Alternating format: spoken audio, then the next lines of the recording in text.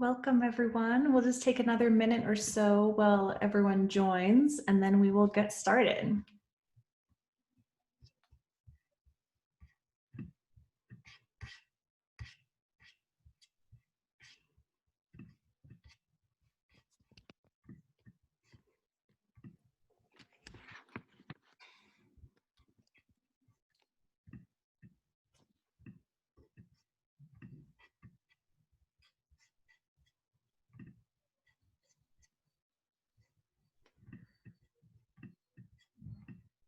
Okay, so welcome everyone. Thank you so much for joining us today for Earth Action Week here at Pratt, which is a collaborative effort with the Pratt Sustainability Coalition and departmental sustainability coordinators across campus.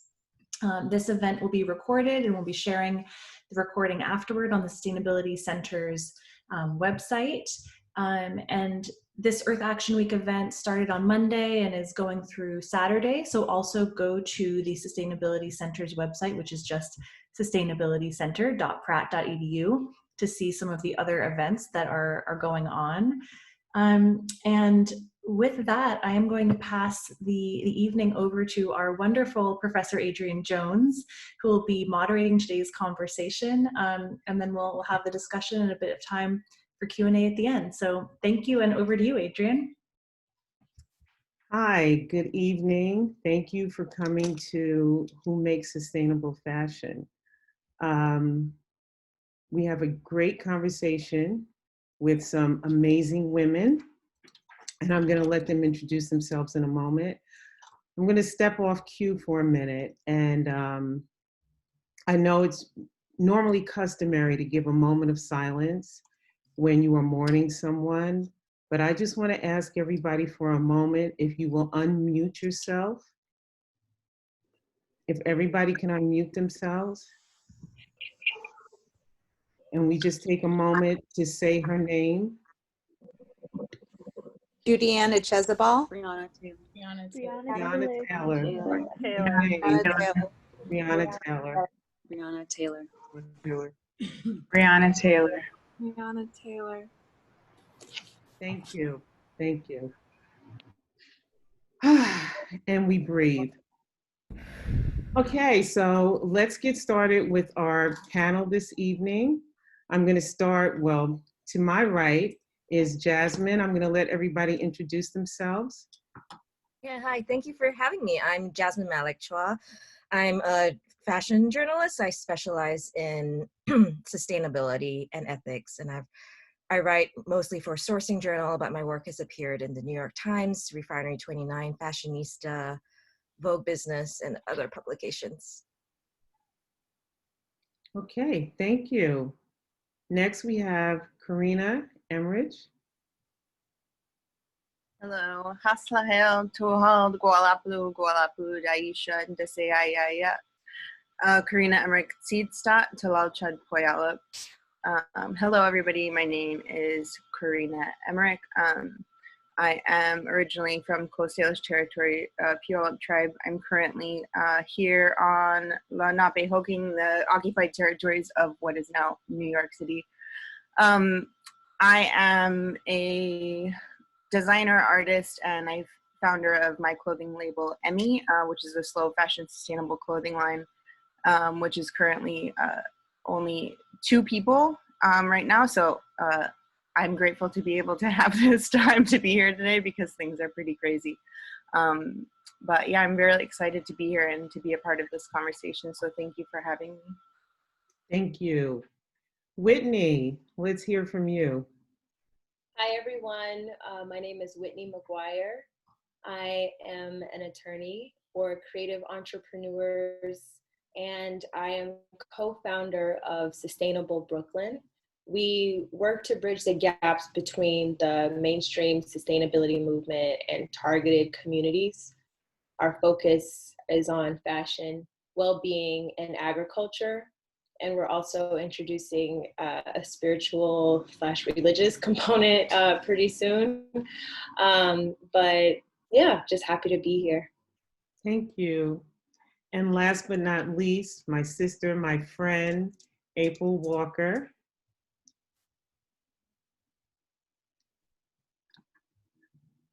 No, April, we can't hear you. Unmute.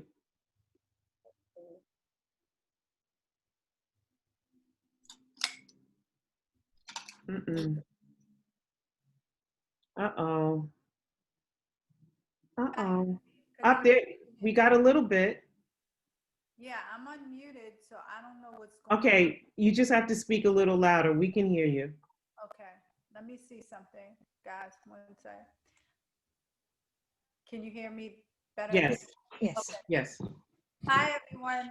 I got a new toy, so I'm still trying to figure out how to work it. Sorry about that.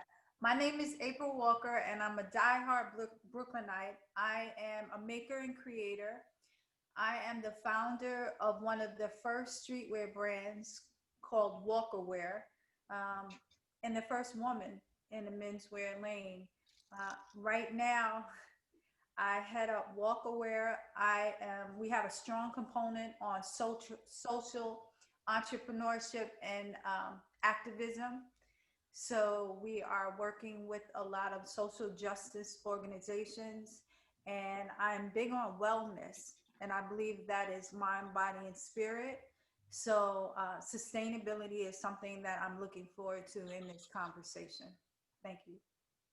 Thank you. So I'm going to just throw out some questions, and whoever is prepared to answer them first, just go like that. You don't have to raise your hand because we're not in class. So I'm going to start out by asking you ladies, how do you define sustainability? Oh, I think I can go first. It's a very loaded question because there's no regulated way of defining sustainability. So a brand can just say, hey, we're sustainable, but they don't really have to back it up.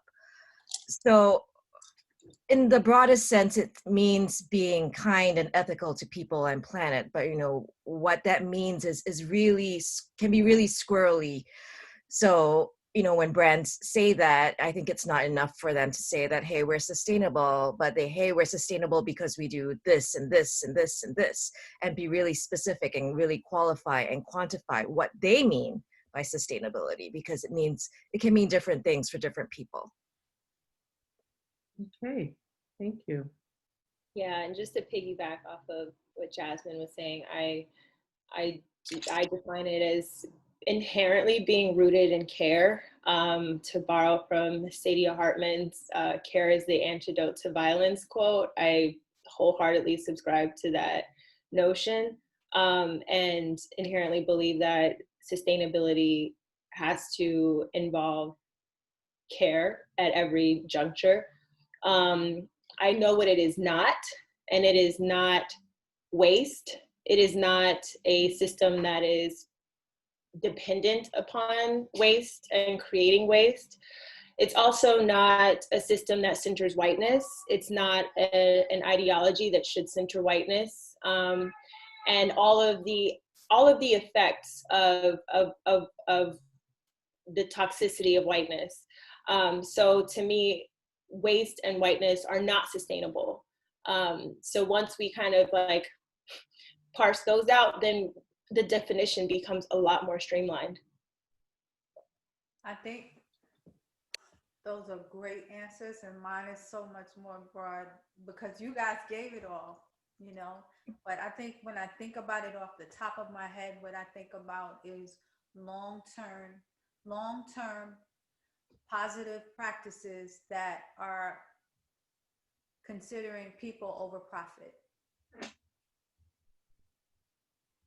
Yes. Yeah, I'm here for all of that. I agree that I think in the loose definition of what sustainability is that it exists somewhere in the cross section of what's good for people and what's good for the planet. But I think there's so much more, which I think we're going to get into in this conversation about the sustainability of representation, sustainability of equitable treatment of people, sustainability of creating like lower impact like production practices, which is really important as well. And then also just recognizing that we are a part of the ecology of the planet and that we don't own the planet and that we don't use it for as much resources extraction as we possibly can, which includes human resource extraction. So I think that sustainability really needs to pay attention to all of those things, and that people are not just numbers on a cost sheet, and that resources are not just there for us to use up until they're completely depleted at the detriment of our own being. But yeah. All I can say behind that was amen. Okay. Next question. What are the biggest challenges facing designers and practitioners of sustainable fashion right now? Take a breath. Take a breath. I don't know. I just read some of your articles today, Jasmine, and I just feel like you have your finger on the pulse of really what designers or what the industry is grappling with. I defer to my creator colleagues who are like in the trenches of this. You can answer as a team. It's okay. I mean, off the top of my head, I think that we are in a critical juncture in the fashion industry. We are experiencing a massive contraction, which is obviously necessary to birth new precedents and new standards. We're coming off of this hyper expansive, hyper capitalistic, trend of, just take, make, waste, and look at where we're, we have wildfires, we have, we don't have clean water, we see the effects of it. And I think the fashion industry is just really just now coming to terms with its role in general in creating all of this mess. So I think the main issue for sustainable designers is really like rooting themselves in what sustainability means for them. I think you said this, Jasmine, or Korina, but really defining what sustainability means in this new era. And I think they also have to decide whether it even makes sense to exist as a sustainable designer. You know what I mean? Like there are other ways to leave your mark on sustainable fashion without producing more product. Yeah. I think sustainable designers also are having to evaluate, just how they're going to maintain themselves as, especially small designers within this contraction. It's very real that a lot of people are suffering right now, and including some of my clients.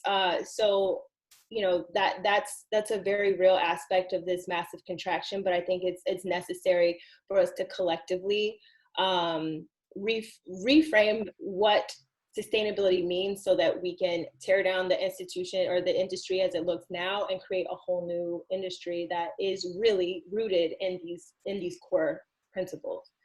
So yeah. Yeah, it's about 5 years ago, we were seeing the praises of fast fashion. Mm-hmm. And we see how quickly that that died down. Mm-hmm. So the redefinition of what fashion is in 2020, what our life looks like in 2020, mm-hmm. does discern all of us, and we have to take another look at it. Okay. But let me just say this to your point. Fast, recyclable, and vintage inspired and reusable, right? Fashion is growing at 1.5 times the rate of fast fashion right now. And it's going to keep increasing. Switzerland is putting together a shame campaign for people that are buying new product in the world right now. Mm-hmm. The world is thinking differently about, fashion is one of the most wasteful, we all know this, industries out of all, and toxic, right, to the planet in terms of the footprint. So I think that what fashion is going to look like 10 years down the road, 8 years down the road, it's going to look very different. And if you're coming into fashion or you're thinking about it, I implore everybody to be thinking solution based right now and how they can contribute to that in that way. And I agree with everyone else because I think sustainability is such a buzzword right now. It hasn't really been defined because everyone's still trying to implement what that means, right? And it's so loose. So I just wanted to add that to the conversation. And I also like, just to jump in, I think that sustainability is susceptible to so many definitions because we inherently, we have this like, I mean, if it's a product of a white-centered industry, then the race for morality is going to be, you know, at the forefront, or the race to be right is going to be, you know, at the forefront. And I think that all of that needs to also be destroyed and deconstructed. Like, you're going to fuck up, you're going to get it wrong, because we have gone through so much exploitation and like just waste, you know, to create the fashion industry as it looks now. You know, and I think that centering this idea of like, well, we want to be noble, we want to be, you know, examples in our industry for what's right. We also have to just deconstruct what it means to be right in this space, you know. And I hear you when I say Switzerland is shaming, and I think that, you know, like, hey, take bold steps, but at the same time, like, don't employ the mechanisms that the oppressor used to get us here in the first place. And shame is another way that I see this, you know, especially in the sustainability space, that people think that can galvanize people to action, but it really discourages and puts onus on the wrong people. Right. You know? I get it. I wasn't making that point to say that was right or wrong, but I'm saying like the world is thinking about this issue on a global level and in different ways, right? Yeah. And it's up to us to figure out how we want to play a part. Sustainability to me also, if we're going to talk about it, we have to talk about racism and systemic oppression, because the fashion industry is very white and has a lot of whiteness in it. When I say whiteness, it is, when I think of the fashion establishment, I think of all these invisible challenges that leave us out the door from day one. And I started in 1987, and I mentor a lot of streetwear designers and designers that are facing the same challenges of lack of resources, invisible. No, that's not happening, when it absolutely is happening, you know. And I can talk about that from the university level up. So if we want to talk about real sustainability, we have to talk about everything. Yep. That's all. Yeah, absolutely. Jumped ahead, but you know, let's keep the conversation going. I am not going to stop this flow. Korina, you wanted to say something? Oh, yeah. I mean, as far as challenges go, I want to amplify what Whitney is saying, is that, you know, one of the things that I struggle with constantly is like existing in this level of hypocrisy of being somebody that speaks out on sustainability, but is also making new things. So then it's like, how are we going to get inside of this industry in order to dismantle it and change it? And then also, how do we, like, this is something that's just like constantly keeps me up at night all the time, is like, we're growing this thing. And yes, that we're progressing, and that there's some things that are new, but I wrote down 2 words to answer this question. I wrote down the truth, because that's the biggest problem right now in sustainability, is people aren't telling the truth. And like, people are, like, we were talking about woke washing and greenwashing, and these large companies that are saying that they're making all these sustainable initiatives without also taking accountability for the problems that they have created within the industry. So it's like, okay, well, we'll just bury that in the ground and then move forward so that we continue to make sales. But it's like, creating more stuff and claiming it sustainable is never going to outweigh the problems that have been created in the first place. So that's another thing. Like, I would like to say, like, I am working on a clothing line right now. Do I think that that is something that maybe I will do forever? I don't know. Now at this point, it's like, I don't know if I want to continue to create more stuff in the world, but it's like we're trying to find this cross section of like living out what has been my dream my whole life, then uncovering all the problems and what's rotting underneath this industry, and then figuring out like, how do I change it, and existing in this industry that I thought I never fit in, and that was like never going to be successful for me because I'm not a child of money, which is like the only way to succeed. I have zero interest in using exploitation to be successful. And like, it's just like every day it's an issue, but I have hope looking to like students and people being so interested in, and I do appreciate these kind of conversations. Like I told you earlier, Adrienne, that I'm just really interested in just talking about the truth. And I'm so tired of people being on panels like this and just patting themselves on the back when we really need to talk about how we are existing in this hypocrisy right now, and that we have to move forward and lead, and that may change constantly. What fashion looks like, hopefully if we do our jobs right, it will look completely different.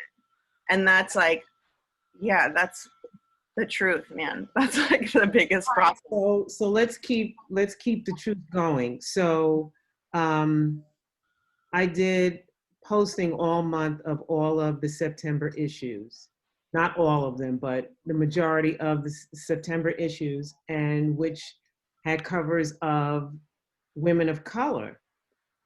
And when I first heard that they were coming out, I was just like, what, is this the new Black History Month? But my fear with all of this is, especially in the fashion industry, Black and brown people are the backbone of the fashion industry, and have been forever. You know, before we were designers, we were dressmakers and we were tailors, and you know, and we took care of the community. So now that they have discovered that Black Lives Matter, we're getting all this press. And my question to you all is this a trend? Is this now a fashion trend? And how long does this window of opportunity stay open? You know, we've been fighting for editorials in magazines, designers of color on covers. It never happened. It never happened. Then bam, we get hit with a pandemic and some more Black people are murdered, and we're forced to pay attention to this. So now, okay, let's focus on it.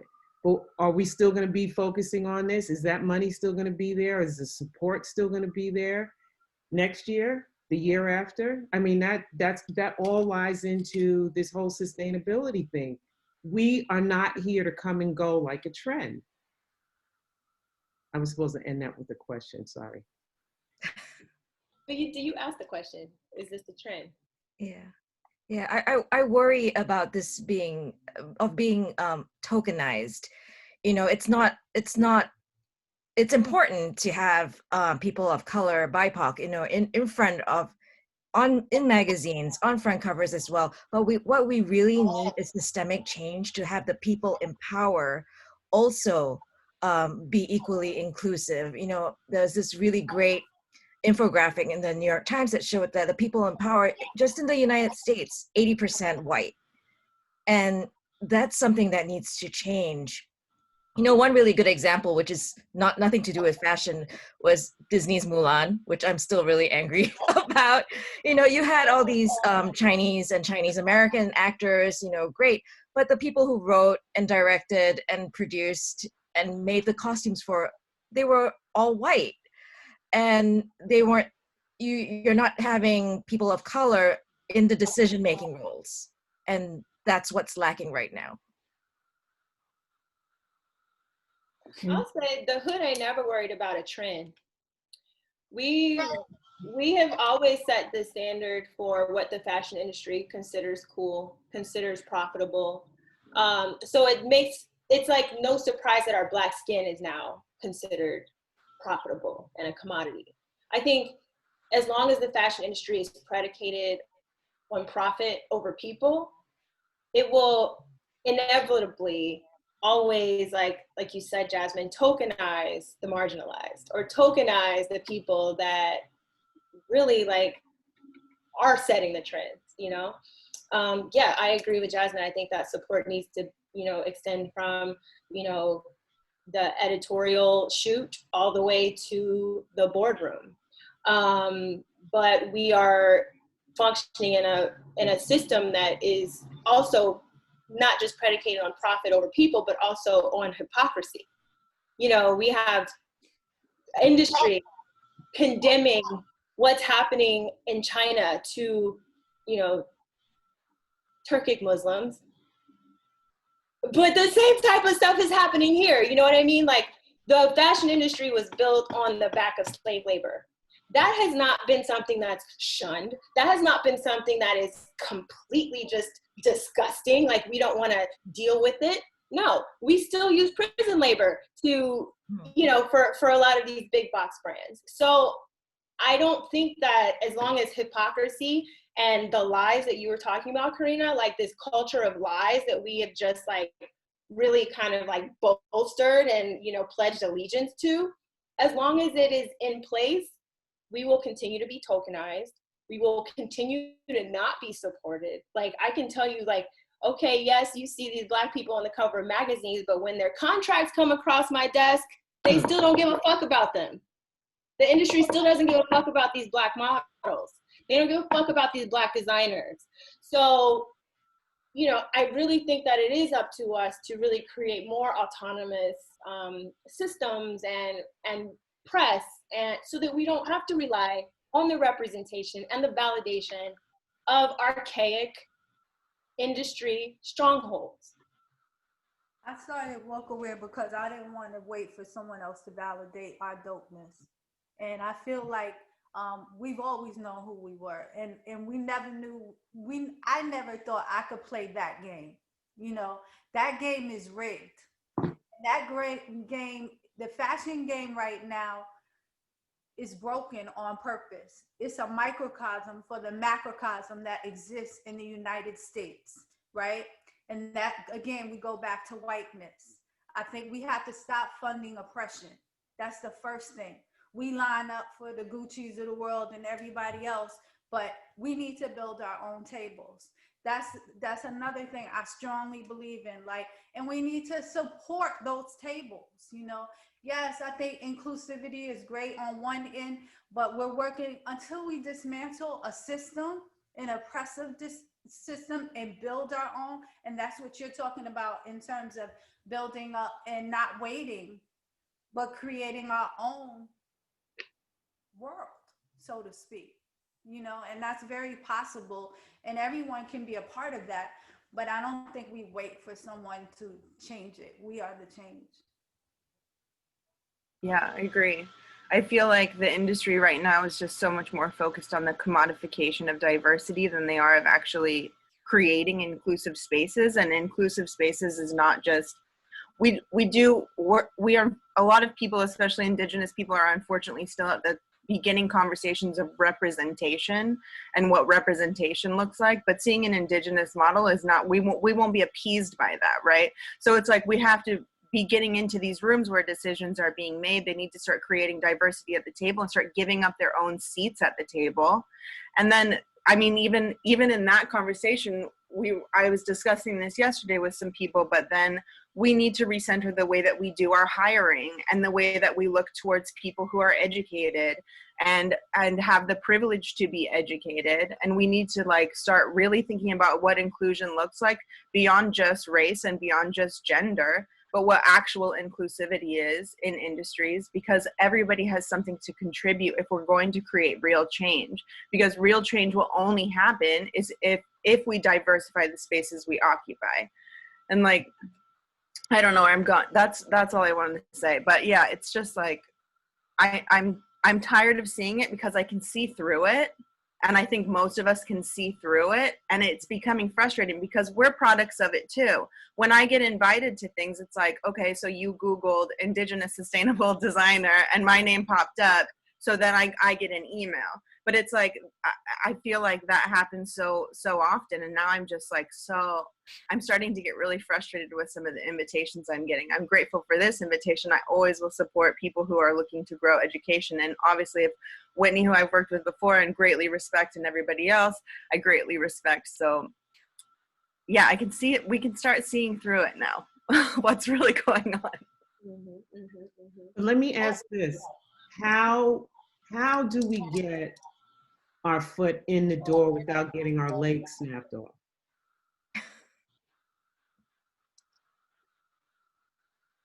In that boardroom, you know, Korina, that you're talking about, how do we get those doors open? Because it's a club, we know that, and the tendency is to invite people to the club that look and act like you. I think, you know, one thing I say often is that we're finally getting into these rooms that we've been waiting to get into, and I have no interest in making anybody comfortable. Like I'm going to say exactly what I think and exactly how I feel, and I'm going to stick to that. And if that puts me, you know, on the outside, continues to marginalize me, then fine, then I'll work with the people who are on the margins, and we'll just keep working towards actual change. I do see that as a common thread as to why Tessa chose the four of us.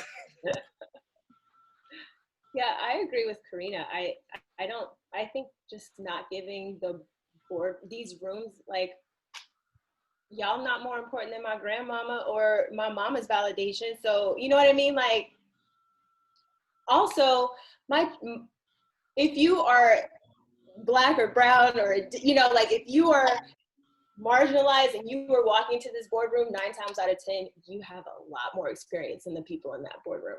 Absolutely. And I think that, like, or whatever room, you know what I mean? So I think that, like, really understanding and taking back agency in this inherent understanding that I have so much to offer, but I can also do this without you. You know what I mean?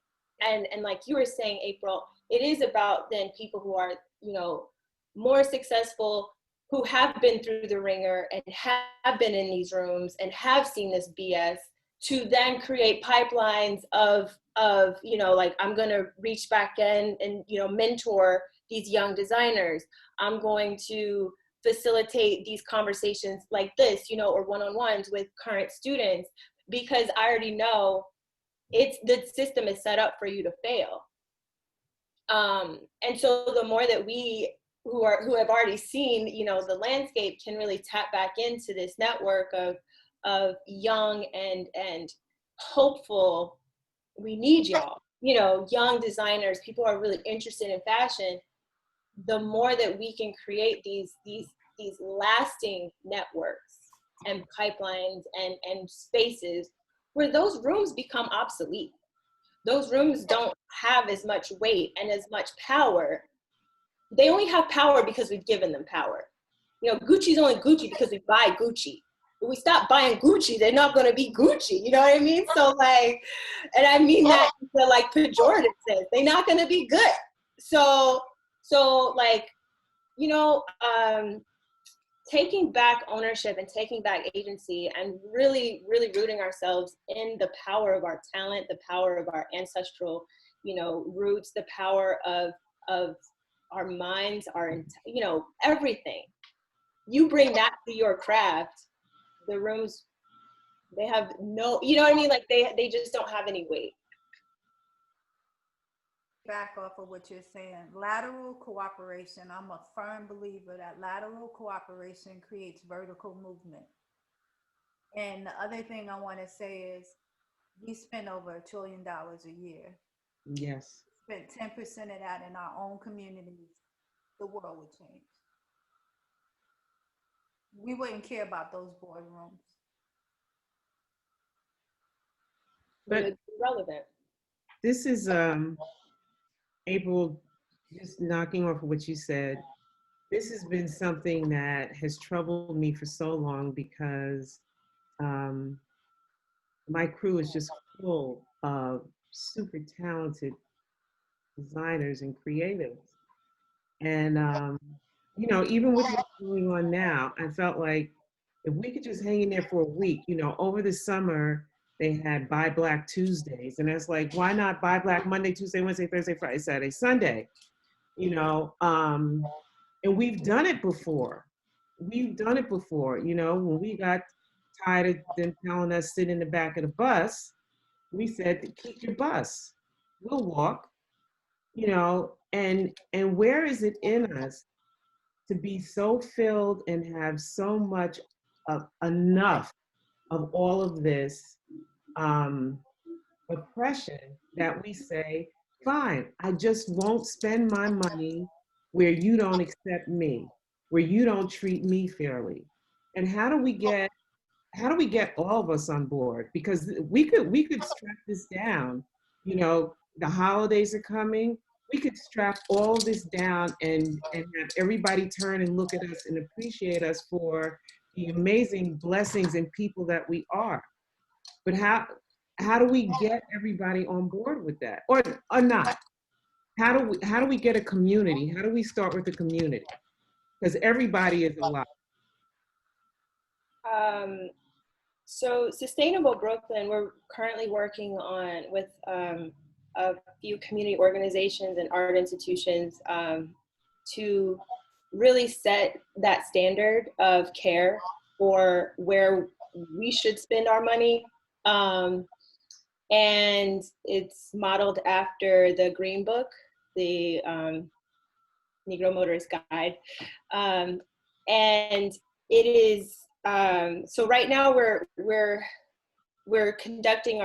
gearing up for our first set of focus groups.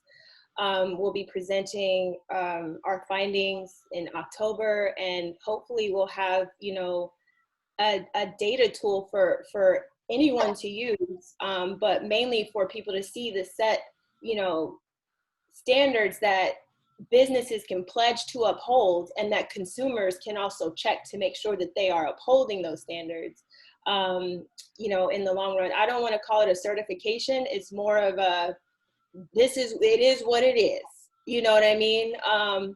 But that's one way that I'm personally just like working with the community to really redefine the standard of care, and and then it's up to us to hold these companies accountable, not the other way around.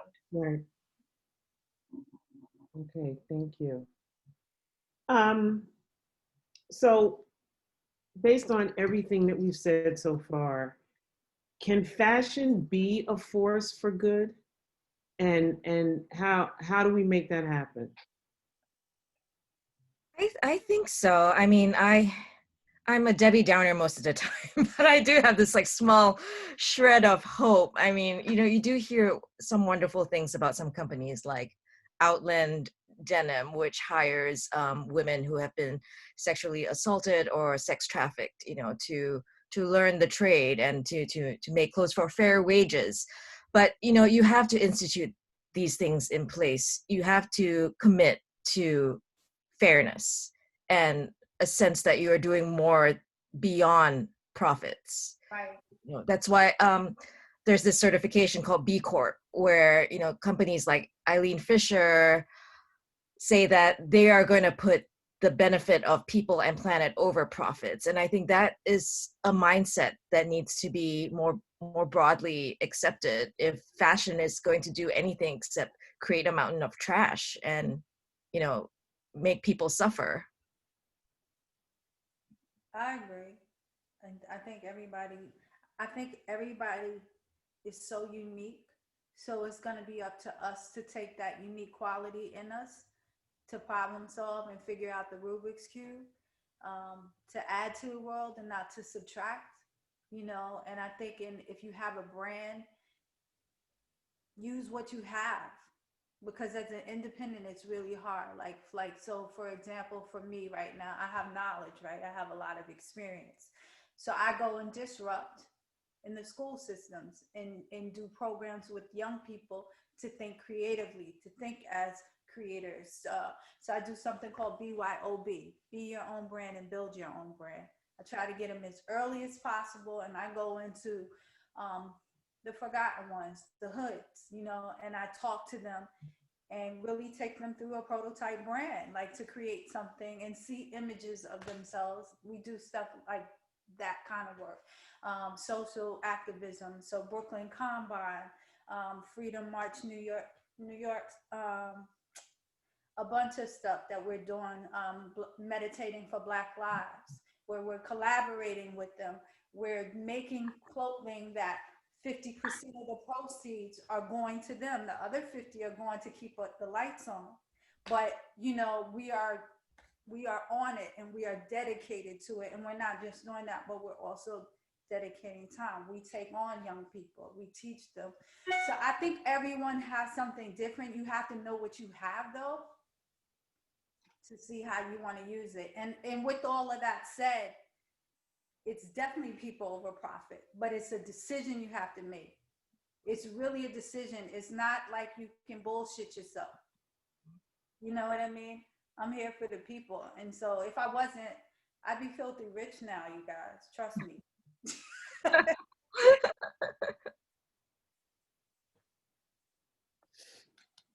Okay. Take a pause. Take a pause. All right. So how can the next generation of fashion designers and makers and wearers contribute to creating a more just and equitable world? That's a big one. Can you repeat the question? Yes, I will. How can the next generation of fashion designers, makers, wearers contribute to creating a more just and equitable world? I think it starts with the schools, right? And you know, it's wonderful how sustainability has been incorporated into so many curriculums that it's not just siloed into its own course, but you know, embedded in every other course, because that's the way it should be. It's a process, it's a system.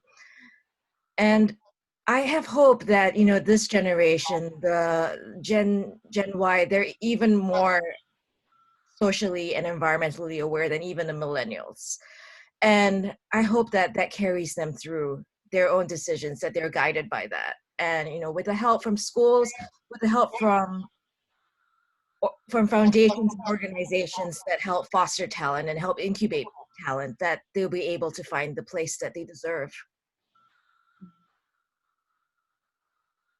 Yeah, one thing I think about often is that we need to start reframing our parameters of what success looks like, and that it's not just about this like vapid consumption, which is something that I've definitely reframed since I was a young kid. I wanted to own my own fashion empire, you know, and now I'm like, God, if I can like feed myself and like and have a family and feed my family, that is like the ultimate success. And I think that's something that we need to look to. But I also wanted to comment under this question is like, corporations will have you believe that we are the ones who need to make minuscule changes in our everyday lives, and that all these things that we have to change, we have to have bamboo toothbrushes and like whatever other bullshit they're shoving down our throats to tell us to be sustainable, when like the actual perpetrators of like industry and destructive industry practices are huge corporations. And like, so I the thing I worry about the most with the younger generations is that they have so much weight on their shoulders that they did not ask for. And that's one thing that we talk about a lot in Indigenous communities, is the 7th generation idea. It's like when I think about my success and how I contribute to the world and my actions or inactions, is in order to sustain the planet that we live on, and sustain the resources that we have. And like, right now is so important for us to take responsibility of what has been happening and what is happening now, that it shouldn't just be the younger generation's burden of what they need to do and what they need to change. And I'm really, really grateful that it is something that is so heavily talked about in schools, and especially amongst younger kids. But I can't imagine what the stress would be like. I can't. I mean, it really concerns me with everything else that's going on in the world, to have people constantly telling you that, like, well, we screwed everything up, but you have the power to change it. That's like, oh God, I don't think I would, I don't know if I would have made it if I was younger, you know? I think this would be a great time to open up for questions based on just what Korina said, because I see a lot of heads shaking up and down like, yeah, guys, you left us with this bag of shit. Now what do you want us to do? So please unmute yourself and talk to us. Hi, Hi. my name is Brianna, and I'm an undergraduate student at San Jose State, and I'm currently studying environmental studies. And I'm actually doing my senior seminar project on sustainable fashion and how to reframe the fashion industry to make more policies and regulations that are sustainable. And Karina, it really correlates with what you were saying, because a large part of my policy memo I'm proposing is, instead of reframing the argument that it's the individual consumer's fault, that it's the corporations need to take more responsibility.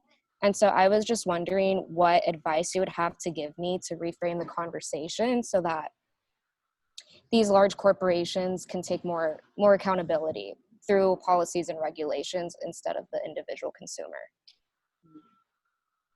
Yeah, I mean, I definitely applaud you for being able to see through that and take this. I'm sure that you would probably have more advice to give me than I would have to give you after you finish your paperwork. But I think what you said itself is accountability. I think that's something that's incredibly important, is that we can't just continue moving forward saying that we're going to have all these new sustainable initiatives, that corporations need to start taking accountability and really being honest about what has happened and what they have done. And like, even if we comment on like the Rana Plaza collapse, right, in 2011, I believe, tell me if I'm wrong on the date, but so many designers or so many large corporations were like, oh, we didn't even know we were producing in that factory. It's Right. like, come on. So you're not even going to take accountability for 1,100 people that died because of you not even knowing where your production's happening, you not even being aware of the safety that's going on where your factories are. That kind of stuff makes me so upset that people aren't taking accountability. And now it's just this pat on the back mentality of like, and these stupid commercials I'm seeing on TV with like, oh, recycled polyester. It's like not going to cancel out all this stuff that you've already done wrong. But yeah, I don't know. I would like to hear from other people on this as well. Yeah, I think Brianna, what it's very clear to me in my years of writing about this is that corporate self-regulation has failed. And companies can't just say, oh, look at our code of conduct. Of course, we're not doing anything bad, because look at how shiny our code of conduct is. And what we really need is government regulation. We need laws. If companies don't suffer consequences for the things that they do, they're not going to change their behavior. That's right. Hi. Hi, my name is Norhaiza Jamil, and can everybody hear me? Yes. Okay, I feel like I'm echoing, sorry. Thank you to the presenters for sharing your thoughts with us today. I teach the Sustainability and Fashion course at Pratt, and I wanted to go back to what Whitney said about the prison industrial complex and the carceral state, and maybe I was wondering if all of you could maybe share some of your thoughts about the intersections between an abolitionist ethic and what it means in terms of sustainability and fashion, because I think oftentimes we think of these issues as not connected, but the very ways in which we think about the disposability of Black and Brown and Indigenous bodies within the prison industrial system and the murder of Breonna Taylor by the carceral state, they're interconnected with also the ways in which we think about disposability of bodies in the global South. And so what does that mean? And I feel like I'm all constantly trying to get my classes to pursue that line of inquiry. And I sometimes it works, but sometimes I also run against this problem whereby students are like, well, at least they're hiring prison labor and paying them like 5 cents per piece. And so like it's that constant work of deconstructing. And I think if maybe we could perhaps discuss what it means to foreground an abolitionist ethic and our practices. Thank you. I would just like to chime in real quick and say that I think that privatized prisons, period, is not even a discussion like of what we should be or shouldn't be doing, but it is an example of the country we live in and the practices, and once again saying like we need to dismantle systems so we can create new systems that work. And I think that the prison system, the pipeline is purposeful, it's intentional, and it's there to serve the 1%, you know. And so as long as that happens, we will have the fashion industry that is broken and that is very much not working for everyone. And that's what I consider sustainable. So it's all connected, like you said, if that makes sense, what I'm saying.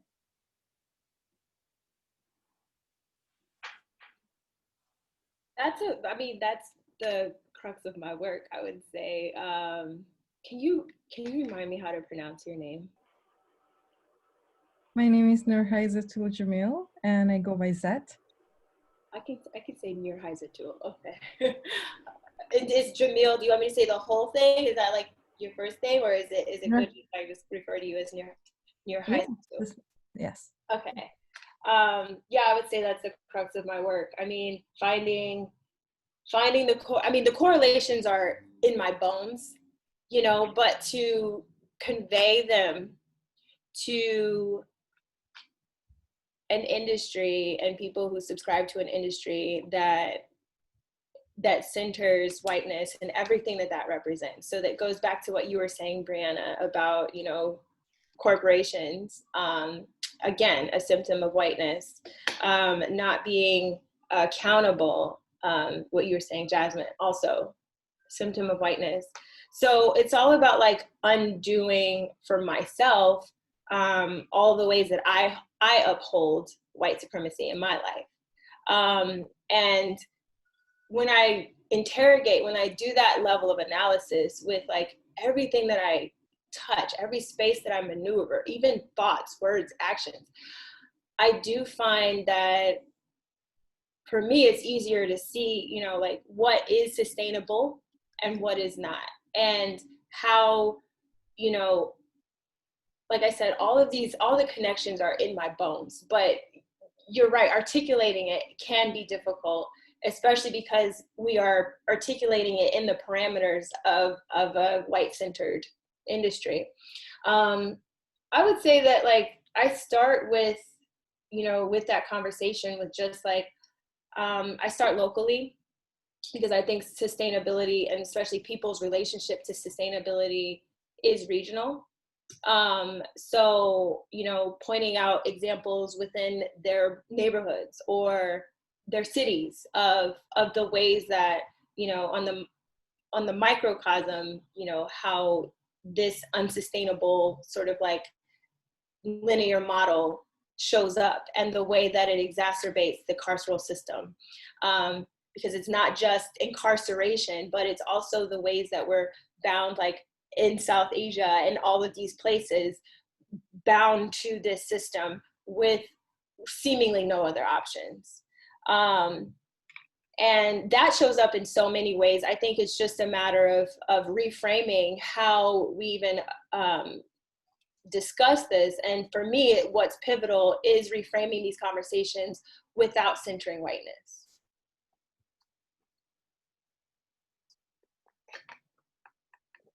Thank you. And we breathe, and we breathe. Is there anyone else who would like to ask a question of our illustrious panel? Hi. Hi, Hi, Adrienne. My name is Lyric. I'm in Dr. Jamil's class. We've recently been talking about the impacts of social media for the movement, and I think it's safe to say that most, if not all of us, are on social media in some way.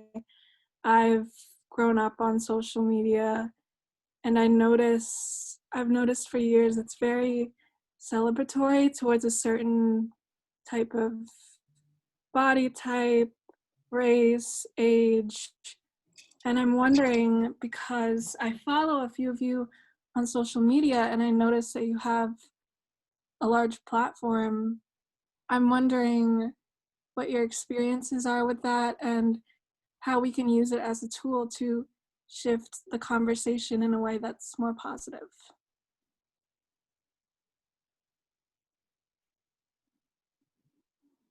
Hello, I mean, Cole. I'll go. I hate social media. And I can't imagine growing up with it. Jesus. I think that social media has democratized the space in a way that has created a lot more agency for people who otherwise would not have had it. It's created platforms for people to, be independent and still, and autonomous and still make an income. But at the same time, there's that other side of it that you're speaking about, which is that it tends to, highlight and encapsulate the movement as looking one way. I have so many issues with social media. Like, I delete my account sometimes. I'm like going private other times. I'm like, don't talk to me. You know what I mean? But like, I feel like for fashion and for sustainability, it is, you have to be careful. I think the being as authentic as possible is still going to be performative, on social media. So you kind of just have to accept that there is an element of performance and as much as you can diversify your feed, brown up your feed, as Mandy Harris says all the time. The more you can do that, the more you can create visibility for other makers, for other designers, for other people of color, to be amplified. And the less sort of eyes you give to the standard of what, the basically the goop aesthetic. Yeah, those are my 2 cents. Question though, Lyric. Yeah, I could do the social media debate back and forth with myself in the mirror. Yeah, one pro, one con, just all day long.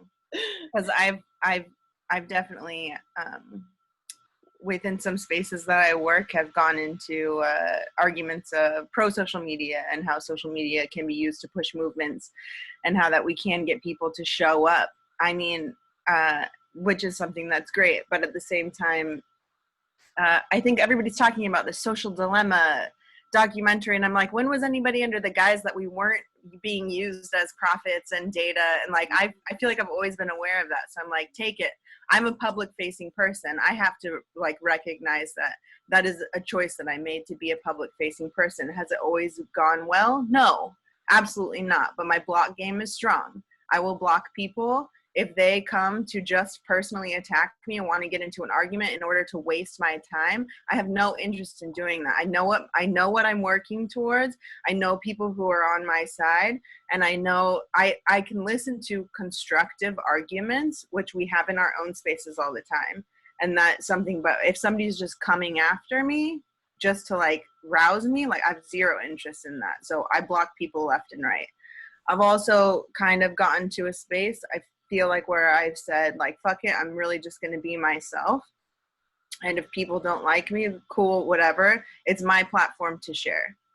And so that's another thing. I also think, as far as talking about it towards movements, right now, I think we're at this really like delicate time because it can come off as total BS and all performative, which in a sense it is. A lot of it is performative.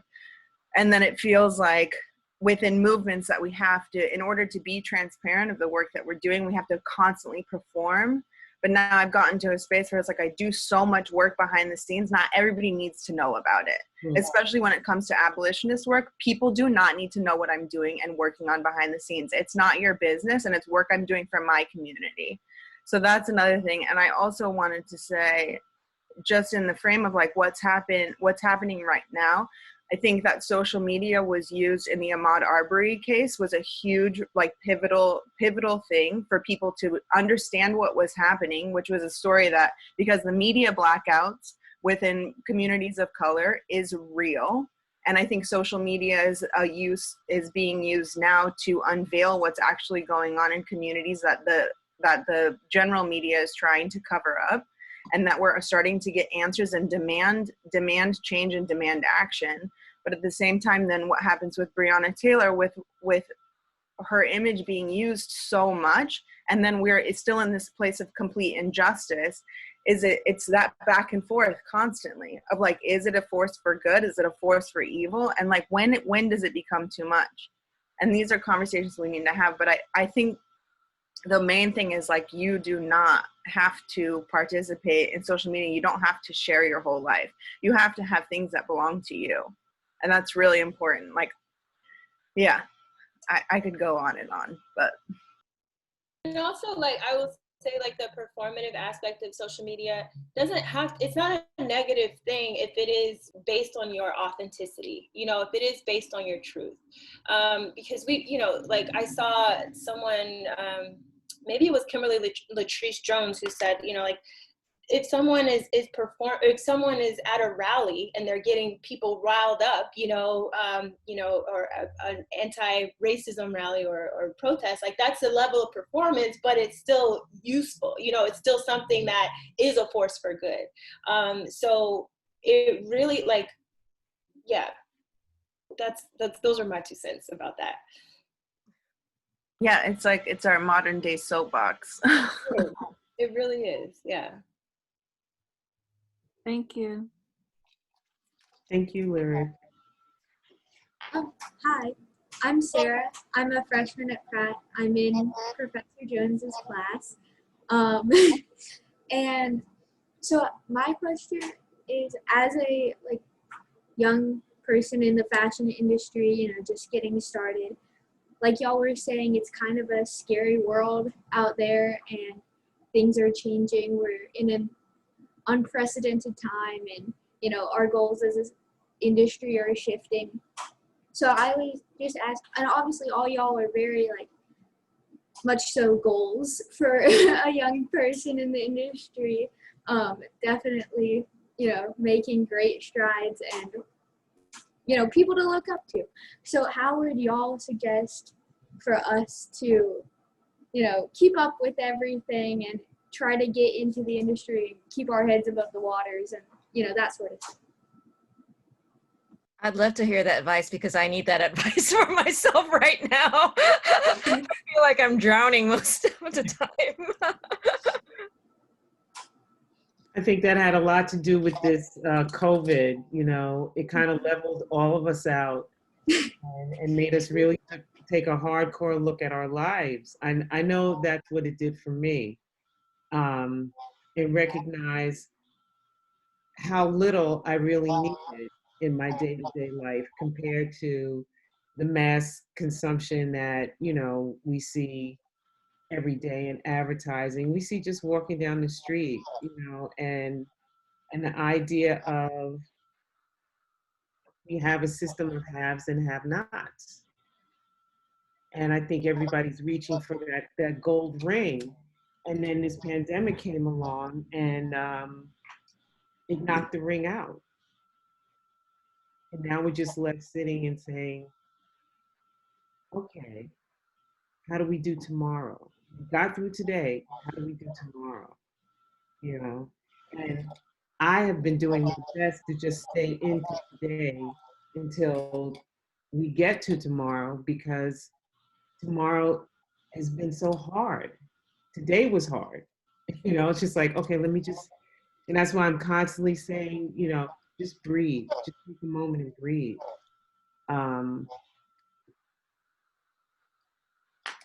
I don't know. I'm just gonna be real honest with you. I don't know. It looks, you know, from somebody who's walked this planet, it looks scary to me. It looks really scary to me. And I wish I had a magic wand. I wish I had, especially today, I wish I had some encouragement for you, but I didn't sleep last night. And I was just having moments when I would just burst into tears. And that's my truth of, of, of the intake of all of this. I'm not a negative person. I don't walk that life. But this has been very hard, and try to hold on to what you know is real and what you know is right. Um, it's been difficult. And I do, some of my students are here. They know I come in and I talk to them about what's going on and say, well, where are you? Where are you on the scale? And how do you feel about this? But we're not experiencing a kumbaya moment right now.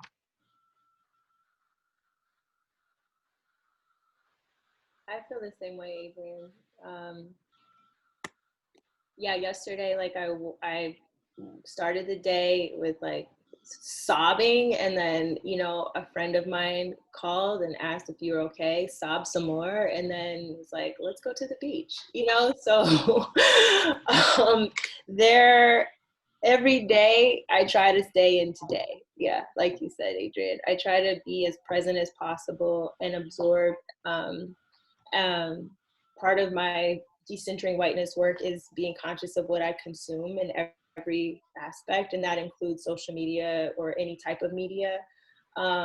So I try to consume information that is relevant to what I'm interested in and what I'm working on, because I know that I'm at a point in my life that my work is what fulfills me. My work is what encourages me to get up every day, beside my son. But it's what really fulfills me, and so it can be a North Star for me when I see all of these pieces coming together, even amidst this chaos. I personally function well in chaos, and so I have been asked by a lot of young people in my life what to do, and my answer is across the board, just like Adrienne's. I don't know, but you do. And I know that that's hard to hear from people who are like older and more accomplished, whatever you want to call it. But at the end of the day, you guys are the experts. You guys are the experts of this new era. We have to follow your lead. And you are more than equipped with growing up within the information age, growing up on social media, growing up with this wealth of knowledge. And you are so equipped to lead this next phase of the world. But you have to be confident in yourself and to do that. And connect with each other, like break down the stereotypes of the fashion industry where people are mean and work in silos and everything's secretive and blah blah blah blah. Fuck that. You can do what you want to do in this era, in this time. So if that means connecting with each other, creating collectives as opposed to just fashion houses, creating more opportunities for non-traditional body types to be showcased and also to be implemented in your business strategy in the long term. I also was raised to believe 7 generations back, 7 generations forward. So like that should be embedded too if you're gonna have this idea of longevity amidst this very reality of the apocalypse that we're experiencing. It's gonna take courage to reimagine the future, and part of my work is about reimagining. And really holding yourself accountable to this reimagining. Yeah, that's my advice for you. Yeah, I agree. I think confidence is so important, and people will try to break you down. They will try to break you down. And I completely agree with what you're saying, Whitney. I started out thinking I had to be this like total asshole to like be in this industry and create a space for myself. And I have to tell you 110%, the minute I started having gratitude and creating community was the exact same minute that I started feeling like I was moving forward, because I wasn't in my way anymore. And I have to say gratitude is will be one of your best friends, because I feel like I just came out of what felt like a decades long failure into realizing that what I felt like was holding me back has gotten me to where I am now, in this place of being really honest and confident and being truthful about what's going on, because people will give you advice that's kind of BS, and it comes from their own perspective. And so it's really difficult. But I have to say, just in the vein of confidence, some of the best advice I ever got was find a platform only you can stand on and nobody can push you off. And if that means like making a list of all of your strengths or all of the things that make you different, that make you feel like you don't fit in, that is something that will set you apart and catapult you forward, because nobody can be you. And that's it. Yeah. I want to piggyback and just agree with all of these wonderful ladies and say, I'm big on wellness, and I think more than anything right now, self-care is self-proof, right? So, it's a buzzword too, but how are we self-caring? And I think we have to put our parachutes on first, right? I mean, our mask on, our oxygen mask, or our parachute. But, or both. Right, both. We have to be equipped. And right now, like you said, day to day, we're dealing with different things. And we feel different on different days. Some days are a lot harder than others. So just being good to yourself and remembering to be good to yourself. And it's okay to have a bad day and to be present for it, but to push through, right? Living your creativity right now, I would tell you that, because if that's something that brings you joy and you see that as your future, in tough times and crisis, that's usually when you can create something beautiful. And reimagining is going to be part of that, right? Because we all know we have to pivot at this point in some way, right? There's going to be a different future on the other side of this, right? A different tomorrow. And we already know it started. So we can start thinking about that creatively, and you are the future. You are the hope that we have.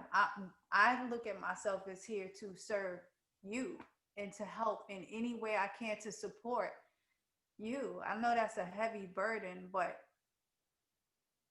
I am definitely praying for you, because I think we need prayer, a lot of prayer too right now.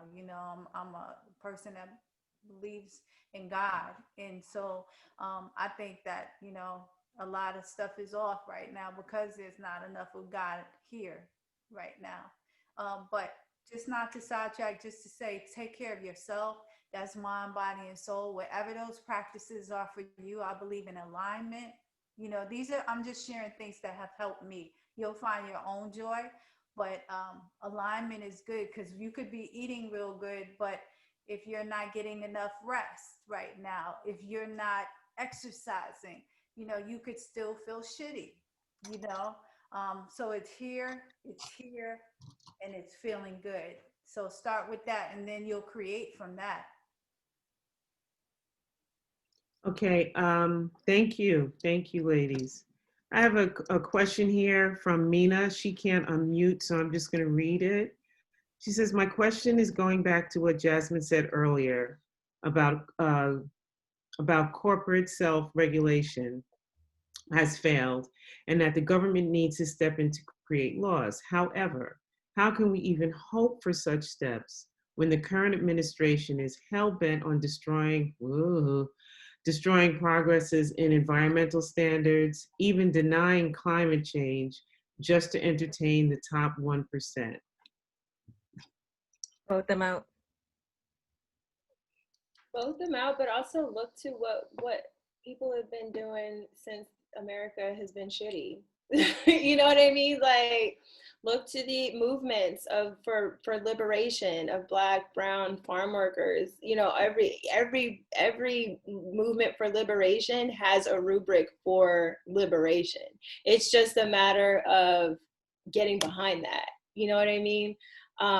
It's been done before. This level of absurdity is not new.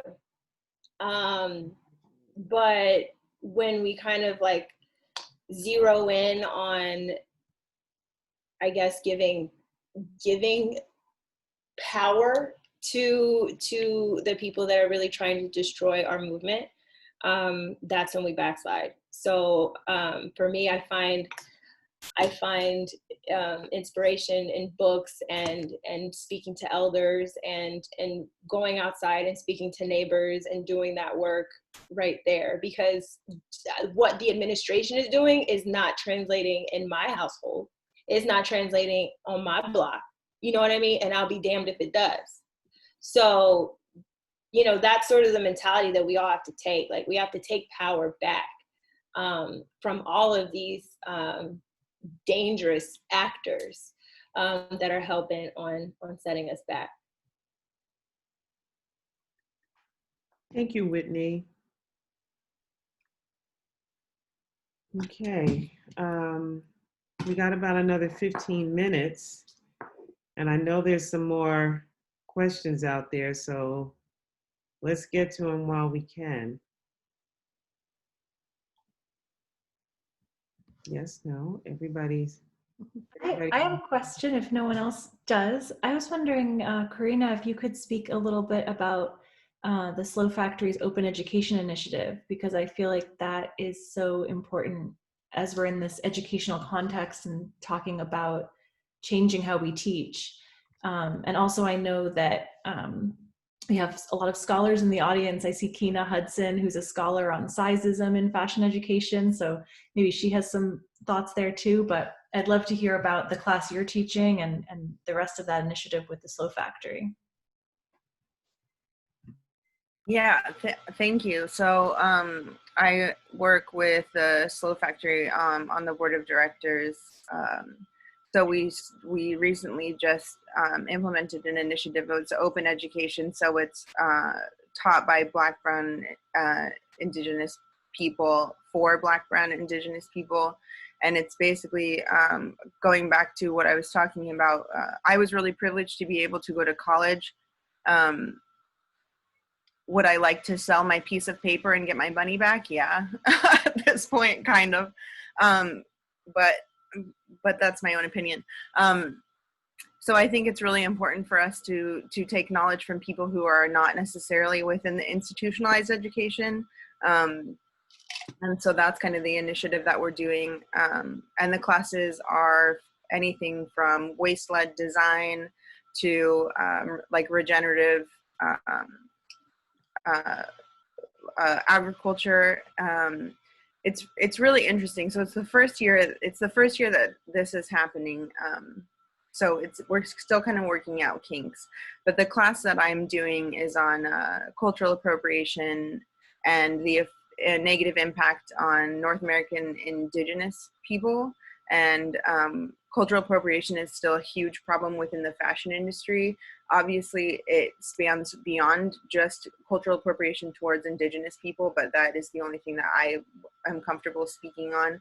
So I am lucky to have 4 guests joining me who are incredible voices within the Indigenous community.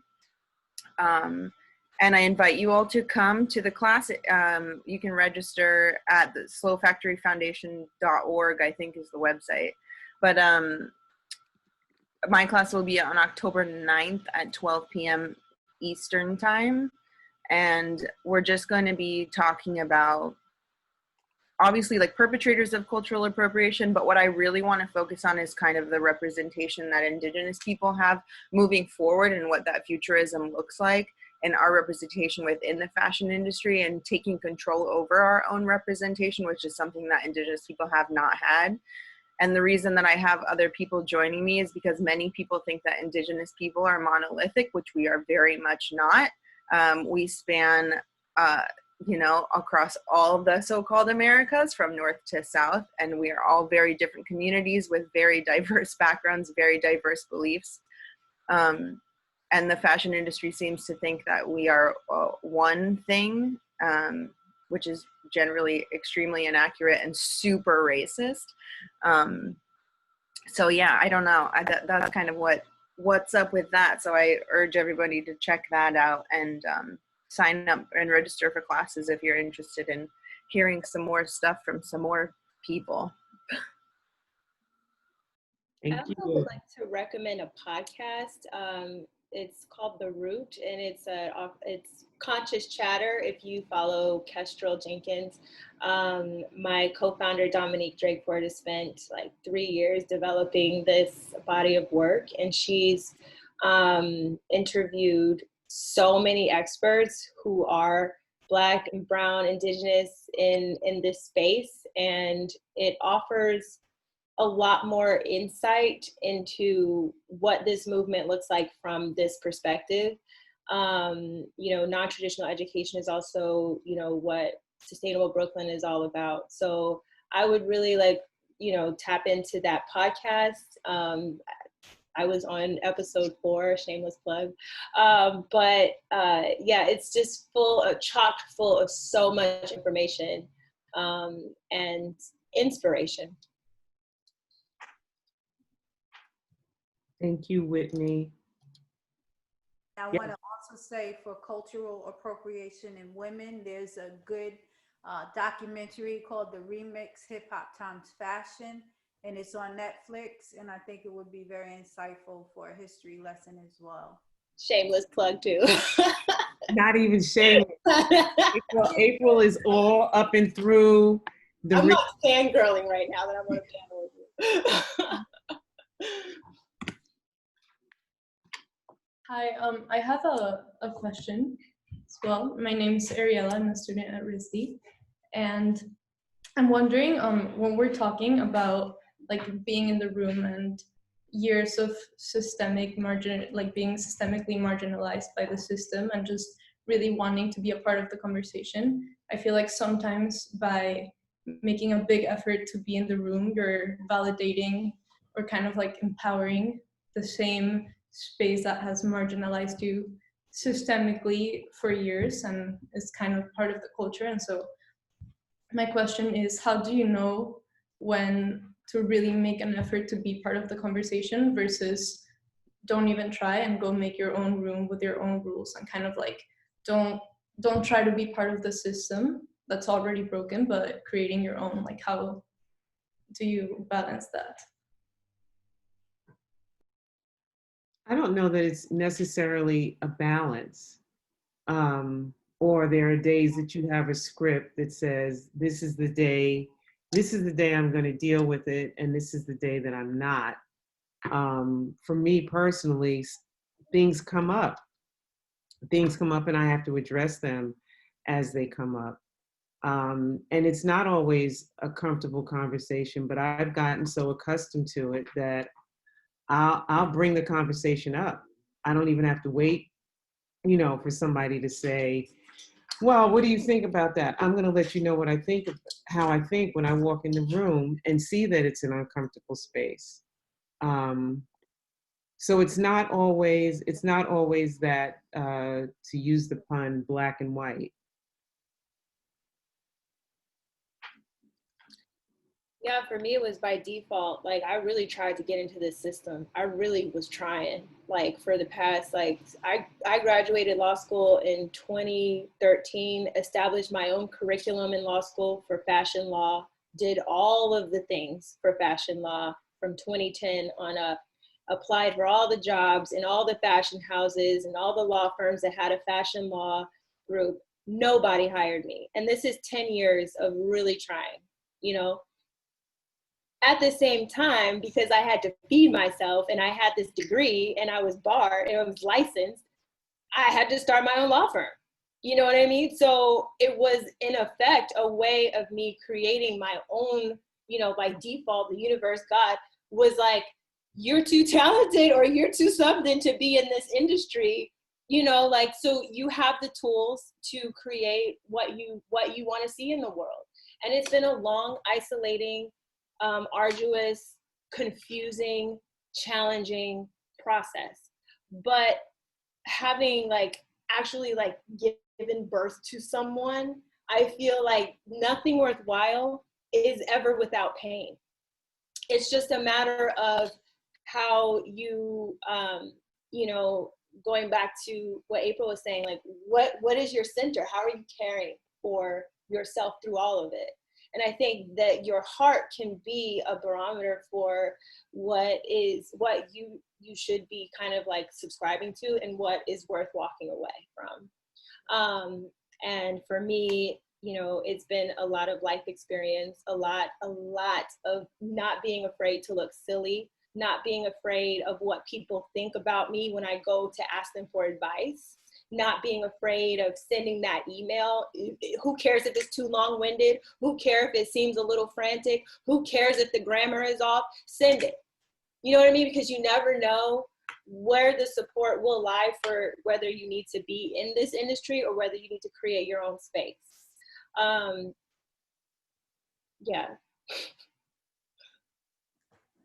I hope that helps. You said your name says Olivia, but you said your name was Yeah, this is Olivia. Yes. Oh, okay. We're watching it together. Okay. Shared intentions, interests, Yeah. and Got it. Same question, but yeah, that was so beautifully said. Thank you.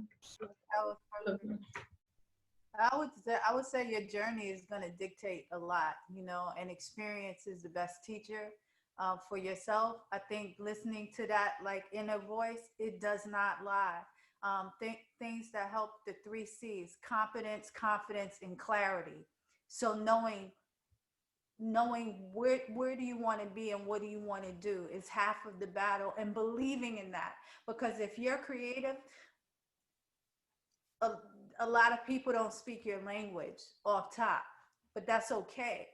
If you believe in your crazy is a compliment. I really believe that. You know what I mean? So it's like you have a point of differentiation already in being different in your own unique creative mind, right? So foster that, believe in that, and believe in that more than anybody else will. Because if you're going to have to go in a boardroom, you're going to have to fight for that. No, you know what I mean? And you gotta believe it in order to fight for it. And you gotta be willing to walk away. It's where your sacrifices, where your compromises, those are all gonna be tough questions. And sometimes you're gonna know it right at that moment when it happens. No one can script it. You gotta live it. But you've got to believe in yourself that if that particular board meeting does not happen, it's going to be okay, because you have something bigger waiting on the other side. It might be a lot of beans and rice nights, but you got this. You know what I mean? It's just like it's sacrifice with the dream. It comes with the cost. Resistance comes with the cost, but it also allows you to sleep good at night if you really believe in that dream. So it's just like where do you want? And I don't think there's a right and a wrong, because it's your life, but you got to live it. So I don't know if it's something anybody can answer, but as time goes on through those experiences, you're going to get more and more comfortable with saying yes or no. And that's only time that tells that, in my opinion. And just to add on to what April said, sometimes no is a blessing. Okay, walk away, step back, take that breath. It's protecting you from something that was not supposed to be for you. So you have to be able to ascertain when no is something that you stand up and fight for, which I do on a regular, or when no makes you step back and say, okay, not a problem, this is not for me. So we've gone over by 1 minute, but I just don't want to cut it dry. Ladies, if you would just give us a little wrap up and something that we can carry with us to get us through the rest of this week. We're almost there. We're almost there. Korina. I feel like I'm the worst person to give advice to how to get through. All right, just till midnight tonight. How's that? One thing at a time. I guess that's like the best advice. One thing at a time. You don't have to tackle everything. You don't have to speak about everything. You don't have to take action on everything. One thing at a time. Yeah. Jasmine. I'm gonna quote Anna from Frozen 2. Just do the next right thing. That's all. Whatever seems right, just do it. April, you want to add? I mean, you gave us, your Walker gems. Do you want to add one more to the list? I would say faith over fear. Yes. And Miss Whitney. I was gonna say faith over fear, or something like that. But yeah, I mean, faith, truth. The two really are my anchors. So whatever you can do to get closer to your truth, do it and live it. Okay, and I'm gonna shut down with something that has just been very strongly on my spirit: to live as if someone died for you and vote as if your life depends on it. Thank you all. Thank you. Thank you. Thank you. Thank you. Thank you. Thank you so much. Thank you. Thank you. Thank you so much. Thank It was you. very Thank you. inspiring. Yeah. Thank you.